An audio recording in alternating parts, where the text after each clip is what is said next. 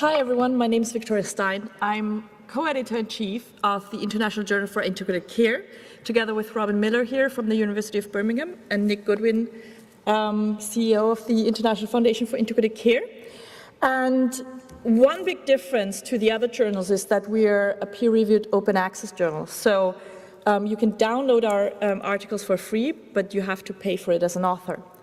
And we have an impact factor last year of 1.837, which is actually quite good for such a niche topic as integrated care still is. You can see that we've published about 50 articles, original articles per year, and 109 were submitted last year. So it's a similar acceptance rate actually as Bert's journal. We publish original research, policy, and integrated care cases, but also book reviews, PhD summaries, etc. So it's quite a wide variety of anything that deals with integrated care. And we try to be quite quick in publishing as well. We publish in real time, but we have 4 editorials and a quarterly edition basically per year. We also are really quick actually in rejecting, and part of that is because as co-editors we have a first look at all of the submissions, and at least 2 of us look at that, and then we make quite a quick decision, is that actually within our scope or not? And as Bert said, the first thing you should do when you submit or want to submit an article, read through the aims and the scope of the journal. And you wouldn't think how many and how often authors actually submit something where, in our case, integrated care doesn't even feature once in the whole text. So you do question whether authors actually have thought about where to submit. So make sure that it's actually the right journal that you're addressing. And you can see everything online. We have some special issues, and as you know, if you've been to our conferences before, we also, all of the abstracts that are accepted are published as conference supplements. We have some special editions around projects. So one of them is Project Sustain, an EU Horizon 2020 project which just concluded.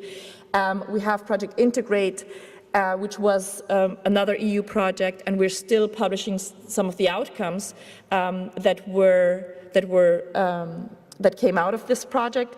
And we have iCoach, which is an international project between Canada, New Zealand, and Europe, which looks much more around integrated care for older people. So there's a lot of possibilities of getting engaged also, and we do, as the International Journal, we do try to reach the whole world. But obviously, if you look at the submissions actually of where authors come from, it's really interesting. We've had, the majority comes from the UK, the Netherlands, Australia, and Canada, but there's also, we had a submission last year and a publication actually from Kenya, we had one from India, we have a couple from China, so it is actually, you can see also with the publications and the submissions how integrated care is spreading virtually around the world. This is all to the International Journal for Integrated Care, and before we go into the questions, I was asked to just give a few ideas of how the reviewing process works and how you actually can get published, how you can enhance your chances of getting published and getting through this screening process. As I said, in any journal, the editors-in-chief or the editorial board will make the first decision, is this within our scope, is it good quality, is it innovative? And this is also a possibility, at least we do that, to actually go back to the authors and say, well, we cannot accept it at the moment, but please, we are really interested in your work, so please, if you tweak here or if you add some information there, then we'll consider it for submission. And it gives you, as the author, a possibility of really getting good feedback even before the official review process starts. Once you are accepted, then it goes to the blind review, to peer reviews, and then, as you know, you get it back, you can resubmit, you can tweak it. It's very, very rare in our case that once you actually are sent to review, that we then get back from the reviewers, this is unacceptable, and we reject it. So last year it was only with 2 articles actually that we initially had accepted, and after peer review we said, okay, actually, we're sorry, we can't do that. The first question, of course, and Bert said that as well, is this within our scope? Is it integrated care? Is it care coordination? Does that have any relevance for the audience? And then apart from the question around, is this the right methodology? Was it innovative? It's really also about, could you provide some follow-up? Did you choose the right population? In our case also, we are looking much more to, have you included patients? Have you included families and caregivers? Did you actually reach out to other professionals? It's not enough anymore to make do some focus groups with nurses and ask them, what do you think of integrated care? That was okay 10 years ago, but now we really need to look much more towards interprofessional education, involving patients and communities. And we see that also in our journal and in the articles that are published, that we are keeping up with the developments, but also we're trying actually to set the pace and to set some examples and really highlight where are we going towards and what is it that we still don't know, and where should research also head. Very often when we go back to office and say you need to change something, it's about the transferability. Is this actually relevant for someone else? Whether it's in your own country, but also in other countries. What is it that we can actually learn from your research or from your case example? And that's with any journal. Really, you need to make a point of, well, what's the point of everything? Maybe you found out something for your locality, but what can we learn on an international scale, or maybe in a similar setting somewhere else, from the experiences and the research that you provided us with? So it's very much around that question. And in integrated care as well, this devious question around scalability. Can this move from a pilot to a program? Can this move from one locality to a regional program or to a national program?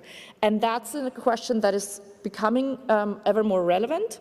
And it's something that you also need to think about. Is that something we can prove? Is it something where we can shed more light on it? How can we scale? How can we transfer the findings that, that we've seen in our research or in our study? And then, of course, it's the audience. So you've heard 3 different journals, and you've heard how AXLS is much more focused on getting out to practitioners and involving practitioners. We've heard from Bert that it's focusing on care coordination and not on the broader perspective of integrated care. So really asking yourself, who is it that I want to reach with my article and with my study? Who is it that I want to impact and influence? And sometimes that may be the world. Usually it's got to be much more specific, and that's a way of also defining what are the appropriate journals that I should address. Also, how international is my research? So there are some journals that are much more regional, for example, or European, or even national, while others like ours are really international and global. And which research methods did I use? We have, for example, at IGIC, we have a topic editor, Apostolos Theokristos, on health economics. But the health economics in integrated care is a very nascent field, and sometimes we send it back and say, look, this is an interesting health economics paper, but it's not really an integrated care paper. You should send it to a health economics one. So also thinking through, even though you may have addressed integrated care, but it's really the research or the methodology that is your key message, then you should maybe look into a different field and a different journal. And very simple, But do I actually comply with the journal requirements? I personally get really frustrated when I see articles and you see it's in the wrong format, it doesn't comply with the references, etc. This is really simple, and it's something that you don't really need to make that error, because it says on every website how the article should be structured and how the referencing should be done. So not doing that is just really also disrespectful towards the reviewers and the editors, because everybody does this for free. We're not getting paid for that. Also, actually, something that is interesting is, do I know people in the editorial board or authors that have been cited before in the journal, and can I reference them, or can I maybe also relate to their work, and so make a connection between work that has already been published within that journal? And that's something that you do look at when you're an editor, because of course, if you want to raise your impact factor, citations are really important about that. And once again, really look at the author guidelines. And usually, it depends also on the kind of article that you're submitting, whether it's research, whether it's policy, whether it's a case example.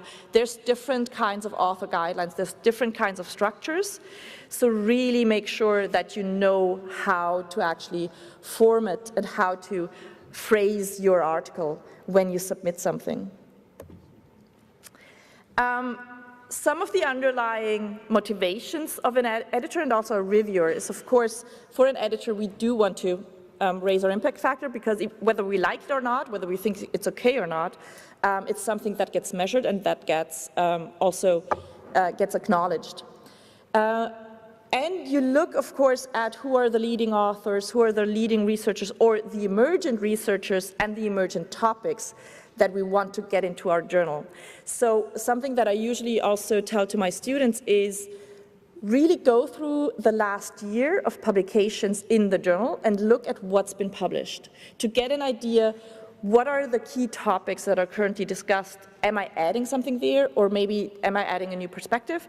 Or is it something completely different, a new viewpoint that I can add to this discussion? And as a reviewer, I have to say we've been really lucky in getting much better also in the quality of the reviews. These people do it because, first of all, of course, they're interested in the field. They're interested in keeping up to date. And I know it from personal experience that when you review an article, very often it's about something like, oh, I can actually use that, or that's interesting, I've never heard about that before. But of course, it's also about giving some of your experience, some of your also articles or publications as a guide to the authors.